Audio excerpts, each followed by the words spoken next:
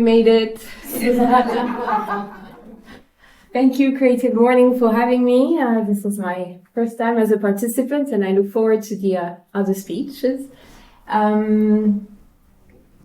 So today, that's it. Today I'm very happy to talk about this month theme, Blossom. To me, it's a very natural fit because I've been a flower lover since I was born. So I was very happy when Melody proposed to me to speak today. My name is Pamina Saba del Pozzo. I'm the founder and designer of the brand Kariokas. I create wallpaper, fabric, accessories that are all inspired by the fauna and flora of Latin America. All designs are drawn by me, by hand, mostly using watercolor. Wallpaper is the main product that we sell. And we have our own collections that we distribute through a network of distributors now in 8 countries. So in the US, in Japan, in Spain, in France, in Switzerland, in Monaco, recently in the UAE, in Kuwait.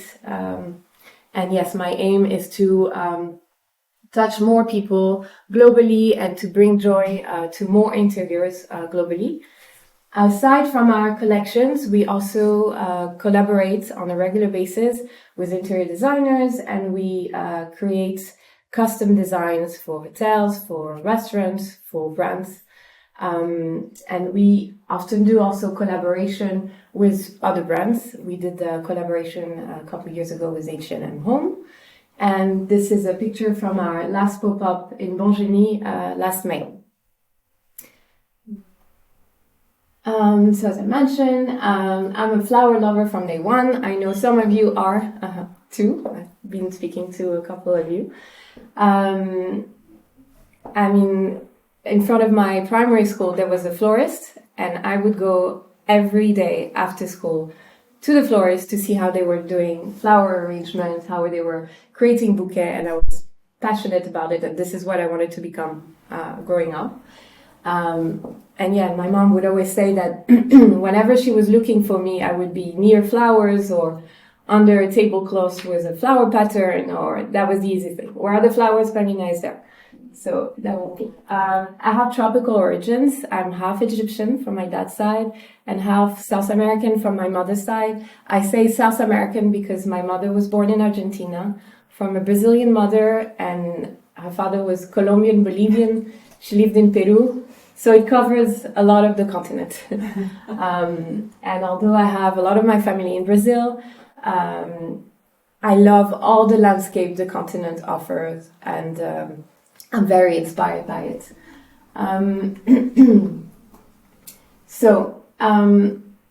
Blossom, what does it mean to you?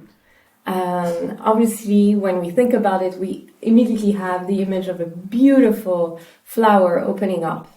And we might think, is this a personal success? Is it a symbol of an achievement?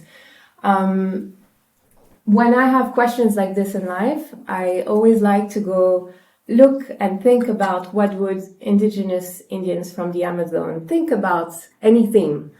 I like their belief. I'm close to their spirituality because I respect a lot their wisdom that is ancestral and that is not political in any way. It seems to be, very genuine because very close to nature. And although there are many tribes in the Amazons and they all have different cosmology, when you think about this theme, what they say or what they feel is that it's not so much about a personal achievement, but it's more about a community achievement. You blossom if the forest blossoms. So you're part of something bigger. So this is what I wanted to take as a start.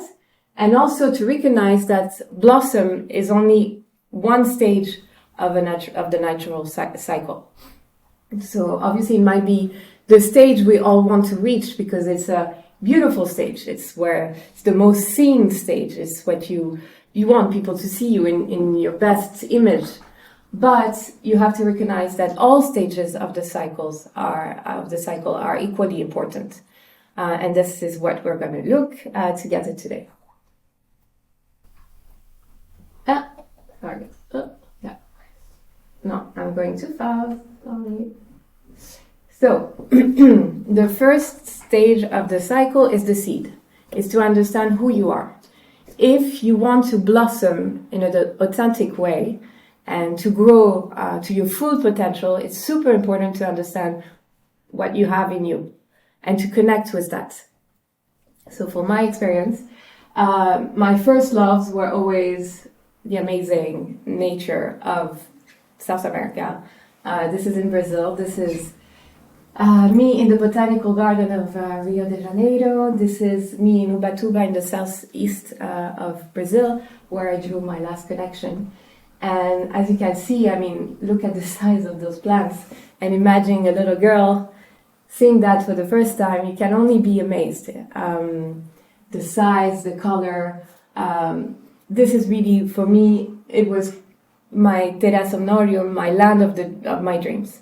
So it's super important, I talked about this a bit before, to recognize when there is a place that makes you dream, that makes you, full of idea, that gives you inspiration.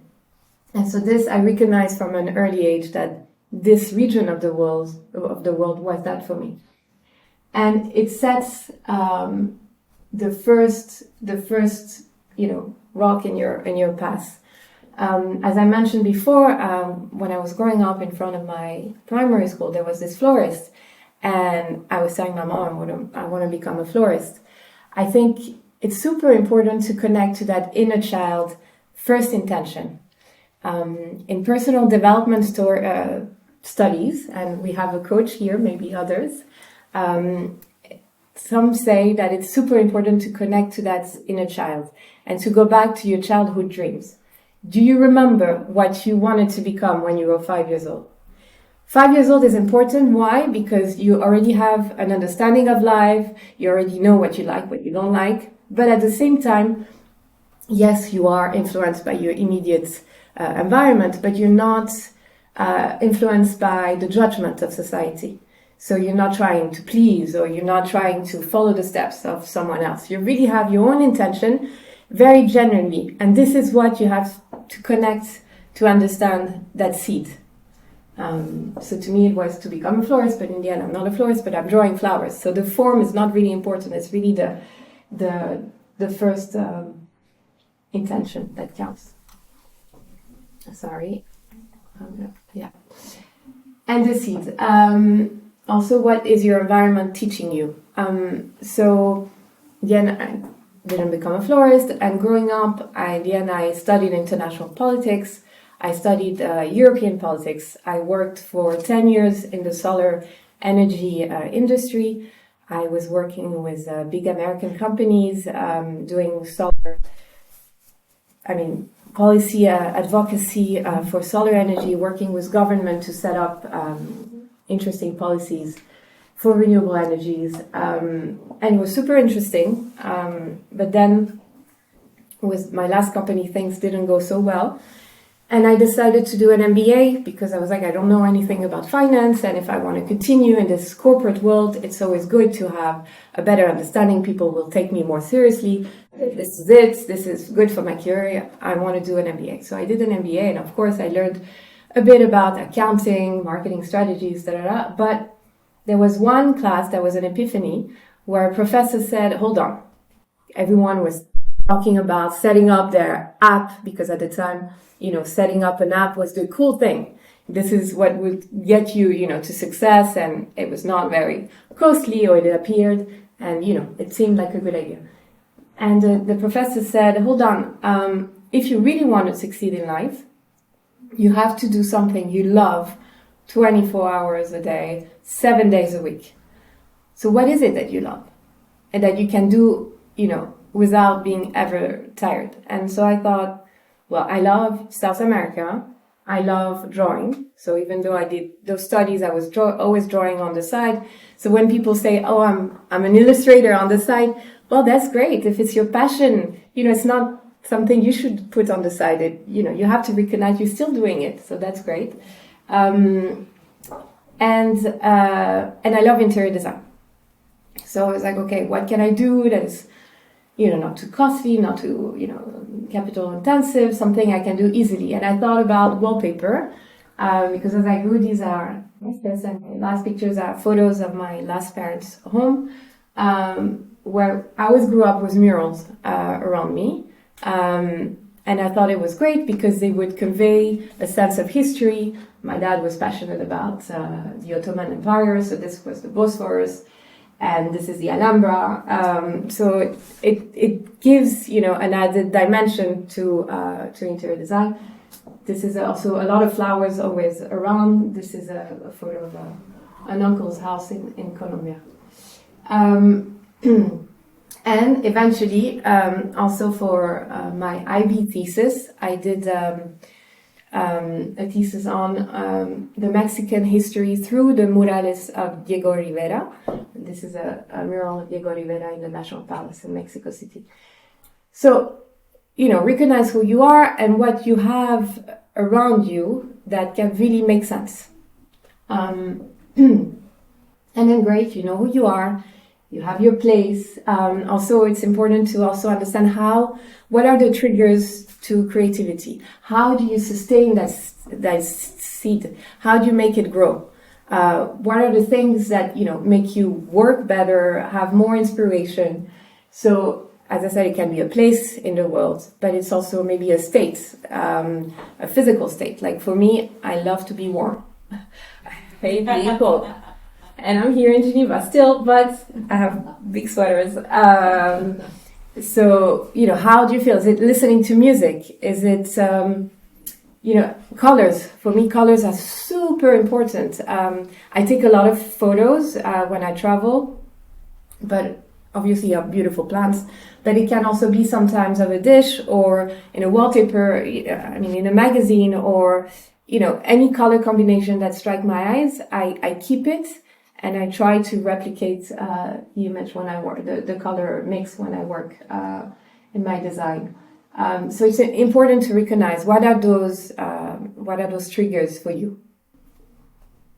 And yes, a way to nurture growth is to develop strategies once you know who you are, what your triggers are. How do you reconnect to that, first intention that you have. I'm not living in Brazil. I'm not always warm. I'm not always full of beautiful color, surrounded by beautiful colors. But by developing strategies, by surrounding you with like-minded individual, by, looking at those photos, looking at those sketches, even if they're not perfect, you remember that initial inspiration, that initial spark, and then you can, the creativity can flow. And so this is how you nurture your seed. And then eventually you blossom. So what does it mean to blossom? In my case, it means I've succeeded. For example, this is the tobacco wallpaper. It's one of our bestseller. It's very different to what I usually do because I'm more a pastel person. But I really liked this, mix of browns and I had in mind, something a bit more historical. I wanted a 1930 boudoir, fumoir kind of atmosphere, and then it worked. So this is it. When you're able to bloom, you're happy about it. You feel good. You gain confidence. This is also one of our best-selling wallpaper, panoramic wallpaper, Saba, in a beautiful set. Also, when you're chosen by beautiful interior designers and that your products mix super well with the rest, it's also kind of a blossoming stage. And this is also an example. It's a recent project we did with a cafe that is actually named Just Bloom in Confédération Centre here in Geneva. That is good for kids. And there we also worked together with the owner, who had a very imaginative world in her mind, and we came up with this wallpaper. Okay, so now you know who you are. You know what the triggers are. You know how to activate them, how to reconnect with the original intention. But it's also a time to go and look at other challenges and not stay in your comfort zone. So it's the pollination of faith. For example, for me, a couple years ago, 3 years ago, a very cool interior designer study with whom I work proposed to me to do the wallpaper of a hotel in Bulle, in Gruyère.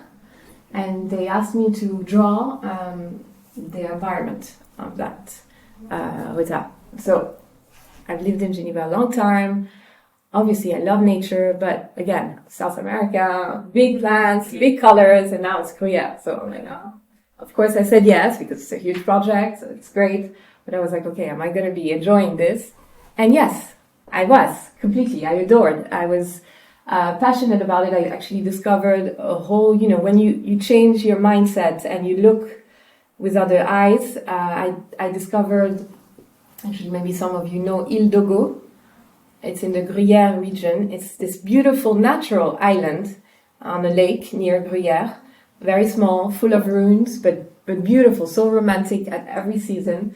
I got passionate and I studied and I took pictures and I was thinking, what can I say? What is the story telling behind the design?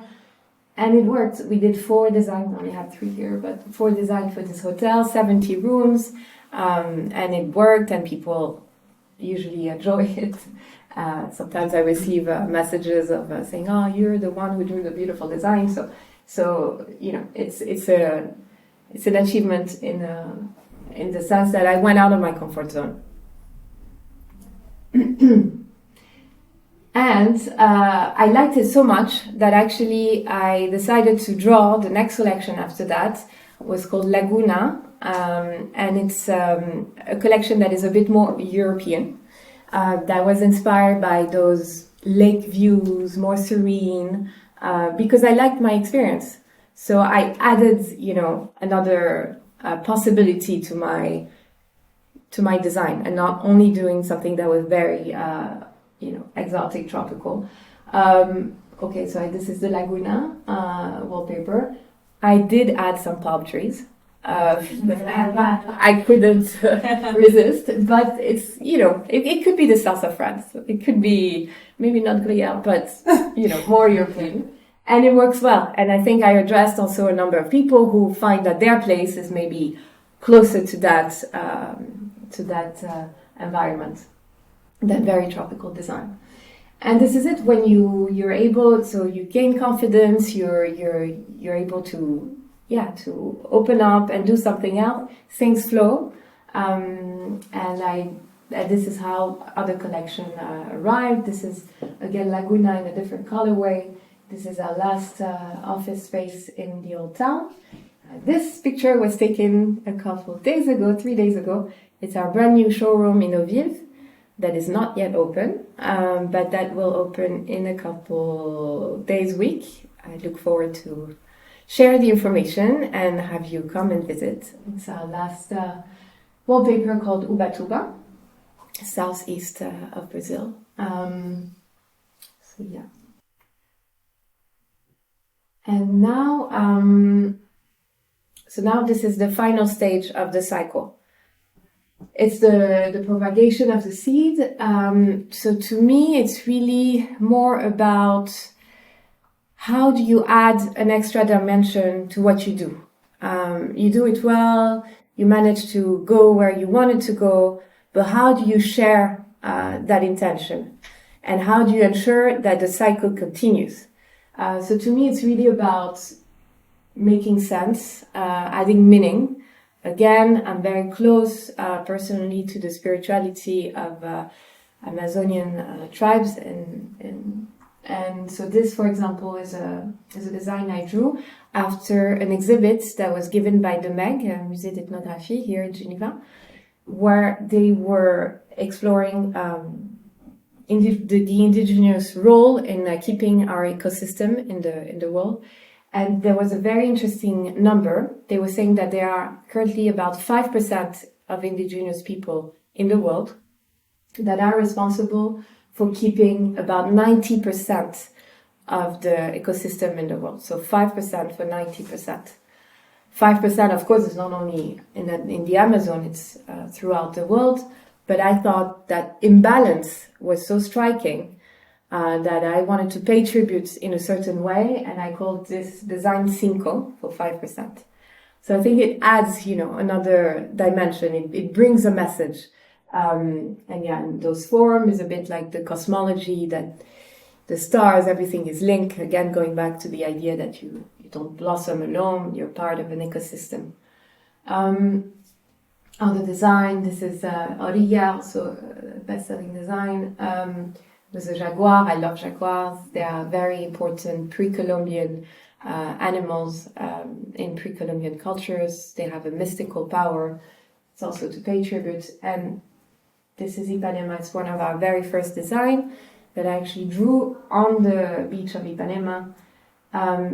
It's not watercolor, it was pencil, but it brings at a human level, it brings a lot of hope in the sense that it's an amazing place. If you have the chance to go, I would encourage you to go, where everyone shares, the beauty of nature, and everyone is happy regardless of their social background, regardless of what they do in life. It's just pure joy, simple, and there for you to grasp. So through these designs, I always hope to add joy to people's interiors, and at the same time to grow myself and to reconnect with my inner child and the things I'm passionate about in life. And this is it. So the takeaways are that although blossom is really the state that you see the most, I think the natural cycle perspective really validates the invisible stages of creativity. So when you think you're not doing anything, you are. As long as it makes sense to you, as long as you connect to that initial spark that you had as a child, as long as you are working towards maintaining your seed, towards reconnecting. So I think that's comforting in a way. And yes, the starting point is super important. So if you have children, try to remember what they wanted to be when they were 5 years old, and try to write that down so that you can, because at some stage in our life, we're all like, okay, what do I do? Is this really what I want to do? And then if you reconnect to that, it's very reassuring. You're like, yeah, this is what I was born to do. So let's go, And if you still have your parents that you don't remember, ask them. And also the final point, it's really linked to your essence, to who you are, to your set of values, and how you connect with others. So that's it. And so it's also important to understand where in the cycle you are. Also thinking you can have different blossom at different times, but if you have a specific project you're trying to achieve right now, where are you? And what do you need to make it grow? How can other people around you help? How can you take time to reconnect and to find that initial spark? Voilà.